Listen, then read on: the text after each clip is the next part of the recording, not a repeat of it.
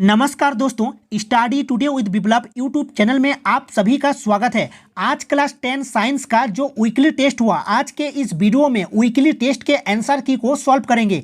आपका कितना सही हुआ और कितना गलत हुआ आपको इस वीडियो से मिलान कर लेना है। तो चलिए शुरू करते हैं। पहला क्वेश्चन गिवन है मानव नेत्र जिस भाग पर किसी वस्तु का प्रतिबिंब बनाते हैं वह है। ऑप्शन देखिए, कॉर्निया, आइरिस यानी परितरिका, पुपिल, दृष्टिपटल। इसका राइट आंसर ऑप्शन डी होगा, दृष्टिपटल यानी रेटिना पर प्रतिबिंब बनता है। आंख के रेटिना पर प्रतिबिंब बनता है।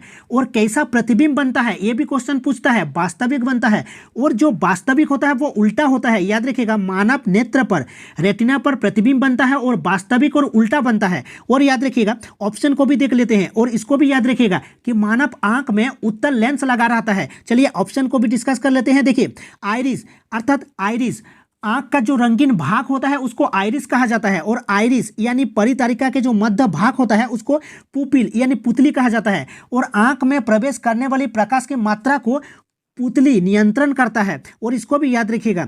और कॉर्निया, नेत्र दान में कॉर्निया को दान किया जाता है। तो चलिए नेक्स्ट क्वेश्चन को देखते हैं। क्वेश्चन नंबर 2 को देखिए। क्वेश्चन नंबर 2 गिवन है अभिनेत्र लेंस की फोकस दूरी में परिवर्तन किया जाता है। देखिए, पुतली द्वारा, दृष्टिपटल द्वारा या पक्षमाभि द्वारा, इसका या परितरिका द्वारा। इसका राइट आंसर ऑप्शन सी होगा, यानी पक्षमाभि द्वारा यानी सिलियरी मसल द्वारा।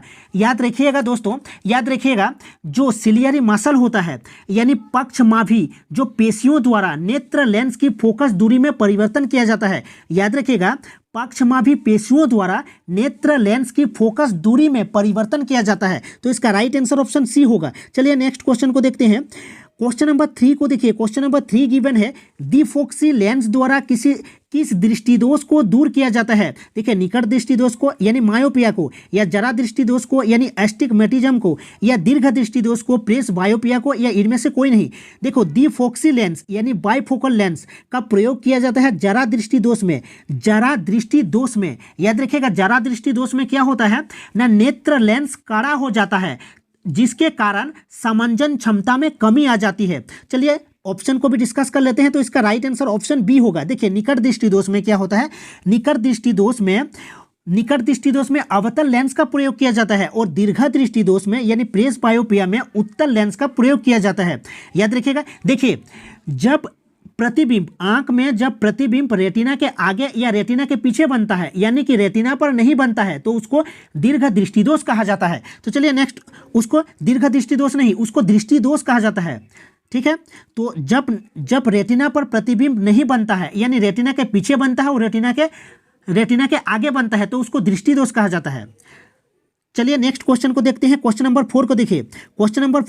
क्वेश्चन नंबर 4 में गिवन है मानव नेत्र में प्रतिबिंब की प्रकृति क्या होती है। देखिए, मानव नेत्र में जो प्रतिबिंब बनता है वो रेटिना पर बनता है। कैसा प्रतिबिंब बनता है, वास्तविक बनता है और उल्टा बनता है। तो देखिए ऑप्शन कौन सा है, वास्तविक और उल्टा।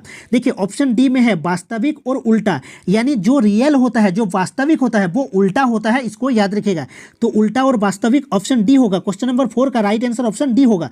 तो चलिए नेक्स्ट क्वेश्चन को देखते हैं। क्वेश्चन नंबर 5 को देखिए। क्वेश्चन नंबर 5 में गिवन है तारों का टिमटिमाना प्रकाश के किस घटना को दर्शाता है। ऑप्शन है प्रकाश के परावर्तन को, प्रकाश के अपवर्तन को, प्रकाश के प्रकीर्णन को, या प्रकाश के वर्ण विक्षेपण को। इसका राइट आंसर होगा प्रकाश के अपवर्तन को, यानी रिफ्रैक्शन ऑफ लाइट, प्रकाश के अपवर्तन को। ऑप्शन बी होगा राइट आंसर। तो चलिए नेक्स्ट क्वेश्चन को देखते हैं। क्वेश्चन नंबर 6 को देखिए। क्वेश्चन नंबर 6 में गिवन है वायुमंडलीय अपवर्तन। वायुमंडलीय अपवर्तन के कारण प्रकाश के किरण हर क्षण मूर्ति है। देखिए, वायुमंडलीय अपवर्तन के कारण प्रकाश किरण हर क्षण मूर्ति है अभिलंब की ओर, यानी ऑप्शन ए होगा राइट आंसर, अभिलंब की ओर। ठीक है, अभिलंब की ओर इसका राइट आंसर होगा ऑप्शन ए। तो चलिए कुछ इंपॉर्टेंट पॉइंट को भी डिस्कस कर लेते हैं। देखिए, वायुमंडलीय अपवर्तन के कारण तारे टिमटिमाते नजर आते हैं।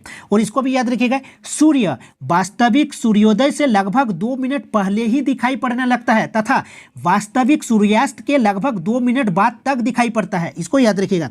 तो चलिए नेक्स्ट क्वेश्चन को देखते हैं। क्वेश्चन नंबर 7 को देखिए। क्वेश्चन नंबर 7 में गिवन है कोई विलयन अंडे के पिसे हुए कवच से अभिक्रिया कर एक गैस उत्पन्न करता है जो चूने के पानी को दूधिया कर देता है। इस विलयन में क्या होगा। ऑप्शन देखिए NaCl, HCl या LiCl या KCl, इसका राइट आंसर होगा HCl यानी hydrochloric acid, HCl option B होगा राइट आंसर। चलिए नेक्स्ट क्वेश्चन को देखते हैं। क्वेश्चन नंबर 8 को देखिए। क्वेश्चन नंबर 8 में गिवन है संगमरमर का रासायनिक नाम है। संगमरमर को खड़िया भी कहा जाता है, याद रखिएगा।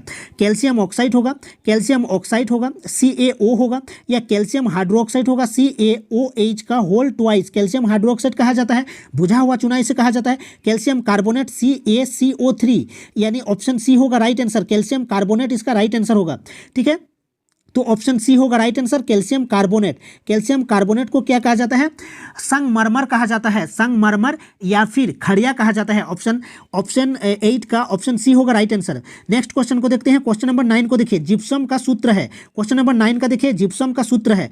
देखिए जिप्सम, याद रखिएगा जिप्सम का जो सूत्र, जिप्सम में क्या होता है, जिप्सम में क्या होता है इसको पहले जान लीजिए। देखिए जिप्सम में क्या होता है, क्रिस्टलन के जल के 2 अणु होते हैं, यानी 0.2 वाला होगा, यानी ऑप्शन ए होगा। देखिए कैल्शियम सल्फेट डाइहाइड्रेट यानी CaSO4.2H2O होगा, ऑप्शन ए होगा right answer. Calcium sulphate dihydrate होगा, क्योंकि जिप्सम में क्या होता है, क्रिस्टलन के जल के 2 अणु होते हैं। जब जिप्सम को 373 केल्विन पर गर्म किया जाता है, 373 केल्विन पर गर्म किया जाता है, तो हमें क्या प्राप्त होता है? प्लास्टर ऑफ पेरिस प्राप्त होता है, क्योंकि जो जल के अणु होता है उसको त्याग देता है, ठीक है। जल के जो अणु होता है उसको त्याग देता है, जिसके चलते हमें क्या प्राप्त होता है? कैल्शियम सल्फेट हेमीहाइड्रेट प्राप्त होता है, यानी CaSO4.2H2O। प्लास्टर ऑफ पेरिस का रासायनिक सूत्र जो होता है CaSO4.2H2O, और जिप्सम का सूत्र होता है CaSO4.2H2O, यानी डाइहाइड्रेट होता है, calcium sulphate dihydrate. Option A होगा राइट आंसर, ऑप्शन ए होगा राइट आंसर। और प्लास्टर ऑफ पेरिस का सूत्र होता है CaSO4.2H2O, ठीक है। तो इन दोनों को याद रखिएगा, इन दोनों को याद रखिएगा। चलिए नेक्स्ट क्वेश्चन को देखते हैं। क्वेश्चन नंबर 10 को देखिए। क्वेश्चन नंबर 9 का ए आंसर होगा। क्वेश्चन नंबर 10 को देखिए। क्वेश्चन नंबर 10 में गिवन है CaOCl2 यानी कैल्शियम ऑक्सीक्लोराइड। CaOCl2 का मतलब कैल्शियम ऑक्सीक्लोराइड का प्रचलित नाम है। देखिए चूना होगा, बुझा हुआ चूना होगा, या बिना बुझा हुआ चूना, बिना बुझा चूना होगा, या बिरंजक चूर्ण होगा। ऑप्शन डी होगा बिरंजक चूर्ण। बिरंजक चूर्ण, क्योंकि हमें बिरंजक चूर्ण कैसे प्राप्त होता है? बुझा हुआ चूना प्लस क्लोरीन से प्राप्त होता है, याद रखिएगा। बुझा हुआ चूना प्लस क्लोरीन से हमें बिरंजक चूर्ण प्राप्त होता है, यानी CaOCl2 इसका फॉर्मूला होता है calcium oxychloride. Calcium oxychloride option D होगा राइट आंसर। देखिए हम इसको भी हम थोड़ा सा डिस्कस कर लेते हैं। बिरंजक चूर्ण, देखिए बिरंजक चूर्ण का जो प्रयोग होता है पीने वाले जल को जीवाणु मुक्त करने के लिए, रासायनिक उद्योगों में उपचायक के रूप में, कागज के रोगों को उड़ाने में, तो याद रखिएगा कैल्शियम ऑक्सीक्लोराइड का जो उपयोग होता है पीने वाले जल को जीवाणु मुक्त करने के लिए, रासायनिक उद्योगों में उपचायक के रूप में, कागज के रोगों को उड़ाने में, ठीक है। तो चलिए नेक्स्ट क्वेश्चन को डिस्कस कर लेते हैं। क्वेश्चन नंबर 11 को देखिए।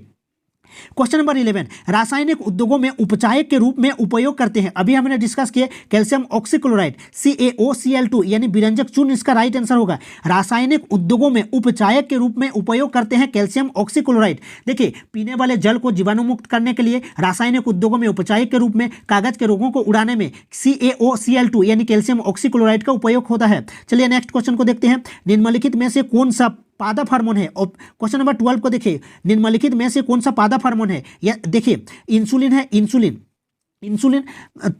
की कमी से डायबिटीज होता है, ठीक है। इंसुलिन, थायरोक्सिन यानी आयोडीन होता है थायरोक्सिन में, थायराइड ग्लैंड में होता है, घेंगा रोग होता है, एस्ट्रोजन या फिर साइटोकाइनिन। इसका राइट आंसर होगा ऑप्शन डी साइटोकाइनिन। देखिए पादप हार्मोन, साइटोकाइनिन एक पादप हार्मोन होता है। तो चलिए हम डिस्कस कर लेते हैं। देखिए पादप हार्मोन एक होता है जिबेरेलिन, जो कि एक पादप हार्मोन होता है जो कि वृद्धि को बढ़ाने वाला पादप हार्मोन होता है। जिबेरेलिन क्या होता है?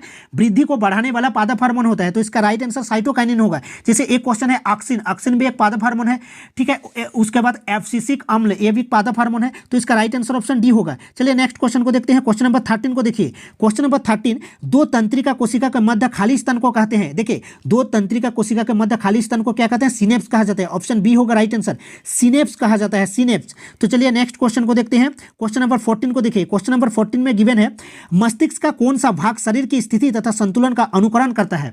कौन सा भाग अनुमस्तिष्क होता है? देखिए अनुमस्तिष्क होगा, ऑप्शन ए होगा राइट आंसर, अनुमस्तिष्क। ऑप्शन ए होगा राइट आंसर, अनुमस्तिष्क, ठीक है। तो नेक्स्ट क्वेश्चन को देखते हैं। क्वेश्चन नंबर 15 को देखिए। क्वेश्चन नंबर 15 में गिवन है कौन सा हार्मोन रुधिर में शर्करा के स्तर को नियंत्रित करता है? ऑप्शन है टेस्टोस्टेरोन, यानी ये तो मेल हार्मोन होता है, एस्ट्रोजन ये फीमेल हार्मोन होता है, इंसुलिन इसका राइट आंसर इंसुलिन होगा, क्योंकि इंसुलिन की जब शरीर में जब इंसुलिन की कमी होती है तब क्या होता है, ब्लड शुगर बढ़ जाता है, जिसके कारण डायबिटीज होता है, मधुमेह बीमारी होता है, तो इसका राइट आंसर इंसुलिन होगा। और टेस्टोस्टेरोन क्या है, टेस्टोस्टेरोन क्या होता है, एक मेल हार्मोन होता है यानी नर हार्मोन होता है, और एस्ट्रोजन क्या होता है, एक फीमेल हार्मोन होता है। तो चलिए, और ग्रोथ हार्मोन किसे कहा जाता है, जैसे देखिए जिबेरेलिन एक पादप हार्मोन होता है जो वृद्धि को बढ़ाने वाला पादप हार्मोन होता है। तो नेक्स्ट क्वेश्चन को देखते हैं, क्वेश्चन नंबर 16 को देखिए, अंतिम क्वेश्चन को देखिए, थायरोक्सिन के श्रावण में कौन सा तत्व आवश्यक होता है, इसका राइट आंसर आयोडीन होगा, आयोडीन ऑप्शन ए होगा राइट आंसर, याद रखिएगा आयोडीन होगा। तो याद रखिएगा जो थायरोक्सिन के संश्लेषण के लिए आयोडीन अनिवार्य है। तो ये अंतिम क्वेश्चन था। आई होप आपको वीडियो अच्छा लगा होगा, तो वीडियो को लाइक करिएगा। मिलते हैं नेक्स्ट वीडियो में, थैंक यू।